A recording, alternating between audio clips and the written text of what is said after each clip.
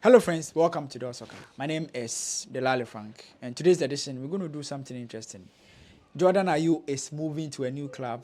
On this platform, I've mentioned on countless times that I think he should leave Crystal Palace. Fortunately, he has gotten a club that he'll be moving to. We'll talk about that. And also another Ghanaian, Salis Samed.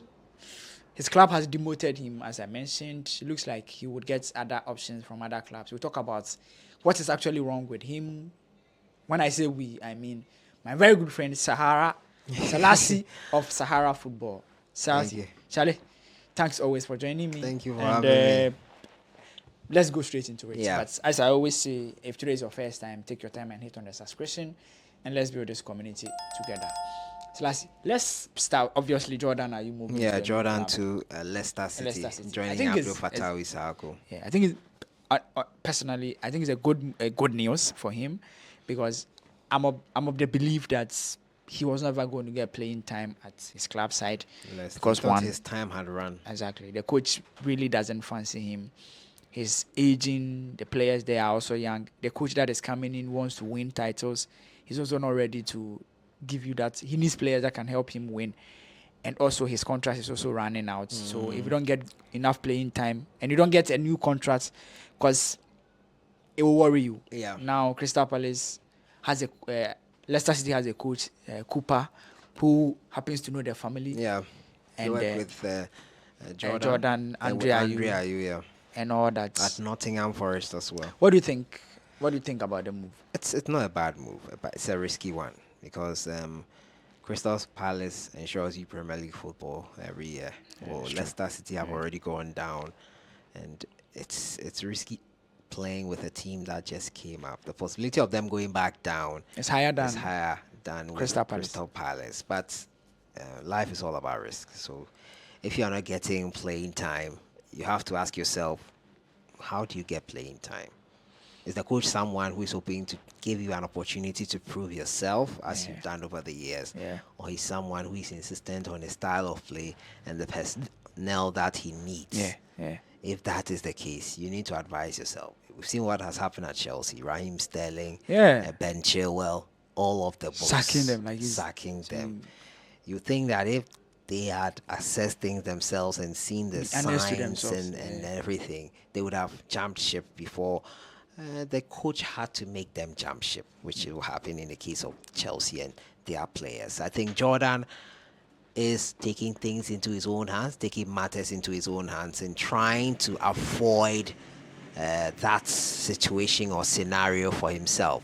Let's talk about his value. The guy is valued around 5 million. Like, let's say they are buying him for £5 million. In as much as there's an add-on of 3 million. Isn't it too small for a player like him? I think the current market we find ourselves in, it's about the kind of representatives you have, the kind of branding and everything you can put on your player.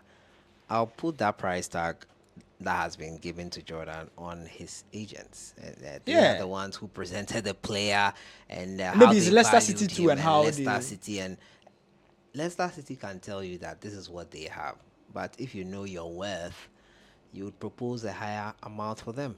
I think the truth is, when it comes to the transfer fee, it goes to the club, so it has nothing to do with So it may also be, I think, not to cut you, I think it may also be that Crystal Palace don't rate him as high. Yes, they want to get rid of him as well. Maybe he's on higher wages. So there is that as well. But it all boils down to Jordan Ayew and his marketing and his branding and how people rate him. His marketing will come to how much the club will pay him, his monthly salary and then things. But I honestly think Ghanaian players are really undervalued. Extremely. Because 5 million for Jordan Ayew. I think Kudus was the highest ever, 40 or so to West Ham. That's a steal, in my opinion, for a player like Kudus. West Ham just got crazy. It. Fala. Yeah. Look how much Chelsea are buying them players. Caicedo and Co, Enzo Fernandez. It's all about your passport too helps. I think it's basically the passport. Because the experience Andrea Ayew has in the English, Jordan Ayew. If we are being honest, Kudus should be more than Anthony. Yeah. We even forget about Kudus. the experience Jordan Ayew brings on board, in the English Premier League.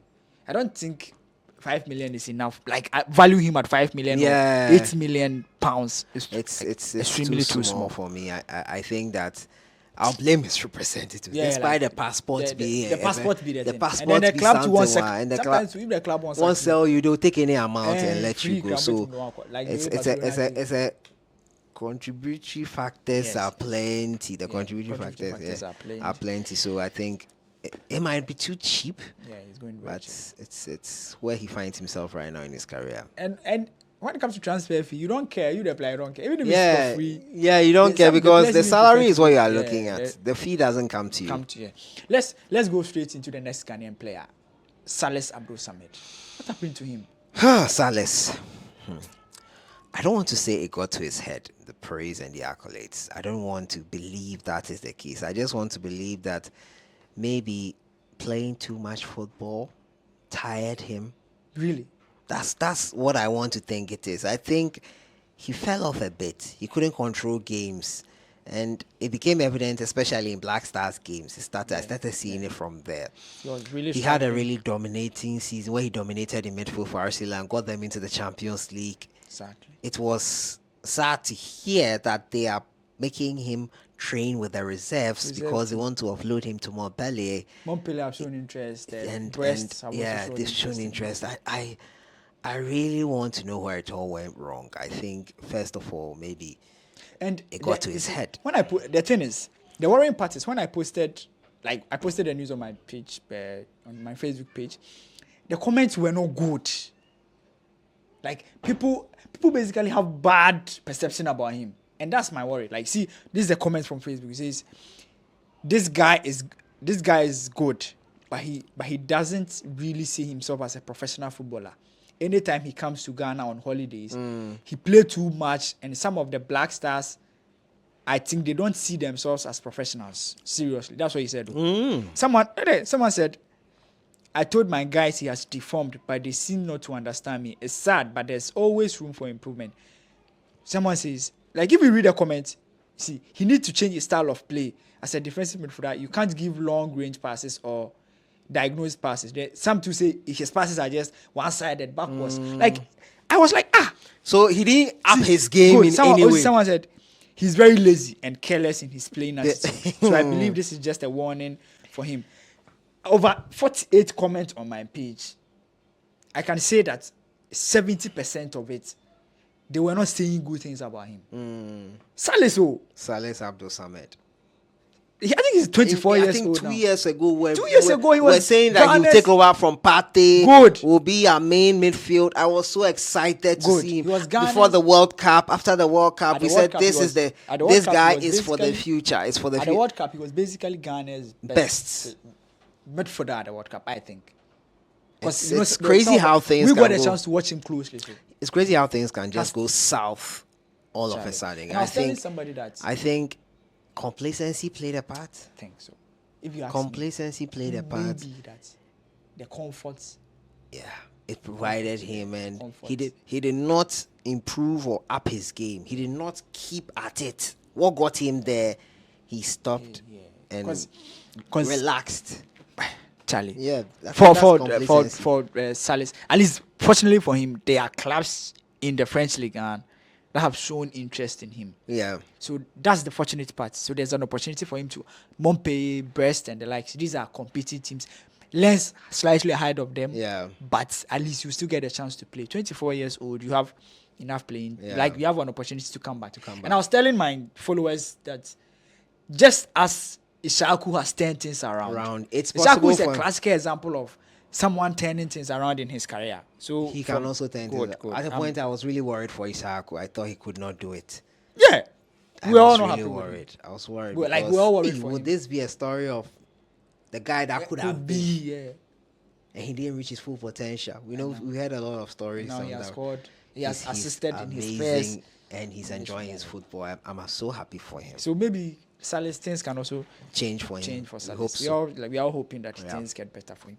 Let's end with the National Sports Authority. For us, is that the current state of some parts of the pitch in Kumasi at the moment? Well, that's not the current state. You see, when an event is held at the stadium on the grass, it takes a while for fast people and we were taking steps to reclaim the pitch and to recover it back to its normal state. So I don't think the picture that people are trying to paint is a true picture of what the situation is at the moment. Those are our friends, eh? NSA are saying that the pitch will be ready. Really? And that the stories the boss circulating on with, social media are not accurate. I think one thing is for sure, we don't need to stop talking about our problems if we want them to be solved in this country. But press the necks of those put in charge and you will see a change. You see, that is the only way, and that is what I've learned from this small NSC back and forth. Because they relax when we also relax. So we have to always be complaining about the NSA be on their necks until they see that this is their job and they are being paid for it and they have to be consistent at it. But do you know that we always talk about the NSC when Black Stars, like there has not been a Black Stars game that we have not talked about NSC. Pitch. Probably that is our mistake. We have to talk about it when it's happening in the Ghana Premier League as well.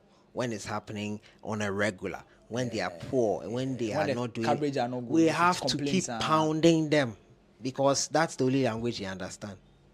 They are so relaxed. They get paid no matter what. They don't get paid based on their performance. And that is one problem we will always have in this country and government institutions. People don't do their jobs and they'll still get paid. So what's the motivation to work? There's nothing. Charlie. But one thing that we all know for sure is that the game will be like we played at Babara and yeah. They are doing some small works. They started working. Someone said Babara the grass on Opompo be full.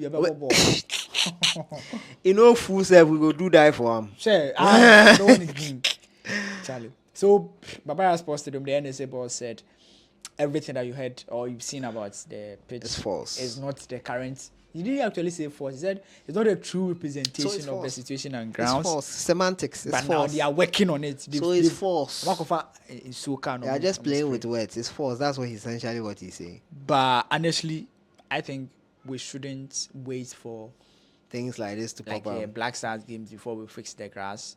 Because if we are not one day, every day for the team, one day for the man. Yeah. Like one day we won't be able to beat this thing. Yeah. We will have to go and play somewhere we don't want to play. We don't want to play. Because in as much as the Angola we game are playing with death, basically. Yeah, we have to really do things right. Charlie, I think that's all. Sure. Yeah, we are hoping that Andrea, you have a very good time with his club. Jordan. Jordan, what do I keep saying? Jordan, you have a very good time with his club. And then Salis will also get a new club so that he can rejuvenate his career. As you said, that's and then NSA too. We could see how things will turn out. Guys, let us know what you think in the comment section. I had a viewer who commented on my last video. He was the first to comment. I want to see if I can get his name and give him a shout out. Let me see the name. Comments. Young. Young. He said first watch. So thank you, Young, for watching. On to meet again. Thank you, Salasi. Sure. My name is Delali Frank. Bye-bye for now.